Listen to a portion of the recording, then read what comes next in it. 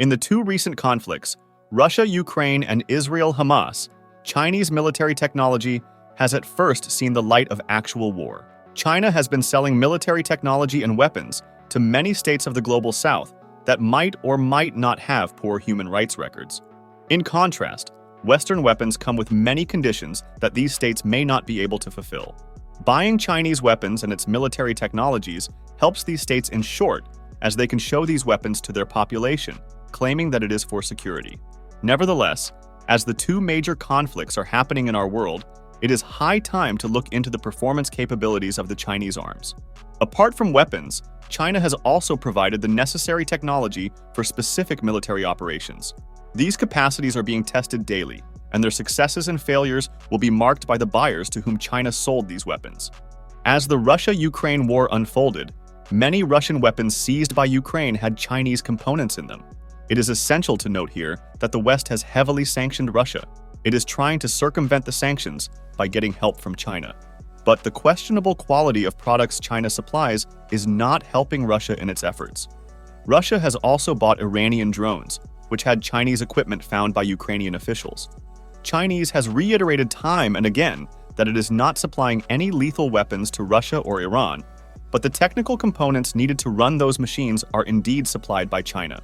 To bypass the Western sanctions, China has resorted to using North Korea, which is also heavily sanctioned by the West, to supply sensitive technologies and weapons to Iran and Russia.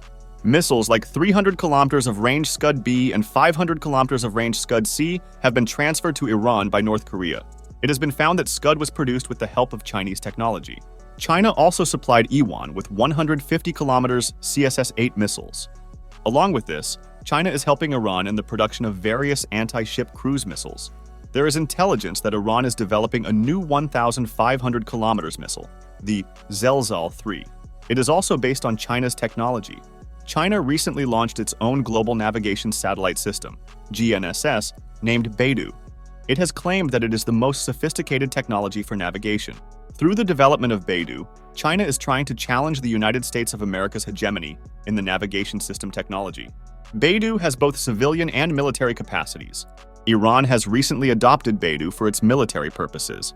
Iran attacked Israel on the 13th of April with 185 drones, 110 surface-to-surface missiles, and 36 cruise missiles on what it calls Operation Honest Promise.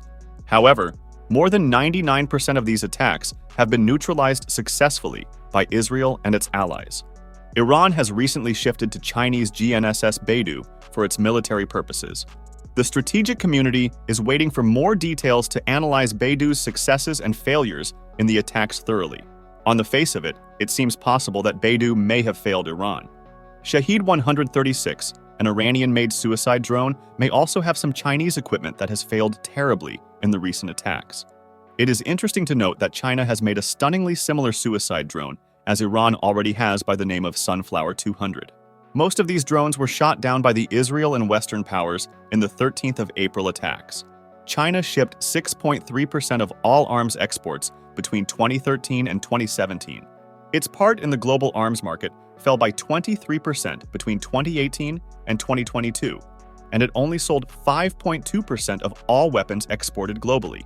That said, China has emerged as the world's fourth largest armaments exporter in the past 10 years, trailing only the United States, Russia, and France. The largest markets for Chinese military hardware and weapons are in South Asia, where the country's exports to Pakistan account for 54% of total exports, Bangladesh for around 12%, and Serbia, a politically unstable Balkan nation in Europe, for the third largest share. However, the buyers of these weapons and military technologies from China are not happy with the cost they are paying for these products and what they are getting in return. China boasts about its military capabilities and claims it has become self-reliant in military technology.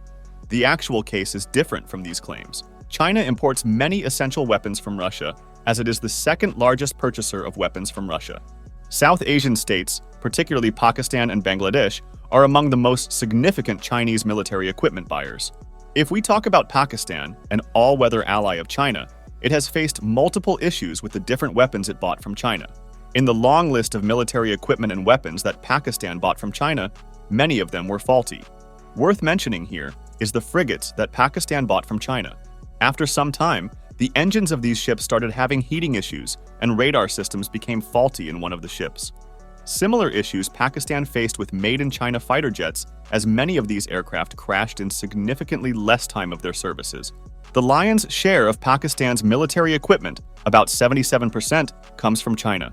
It has created logistical issues in Pakistan's military, as these weapons are not performing the way they should be. Bangladesh also faces similar issues, as it also imports many Chinese weapons. It has reported issues mainly in KW jets and FM-90 air defense systems that it bought from China. Other states such as Myanmar, Algeria, Kenya, and Nigeria also faced issues with Chinese weapons.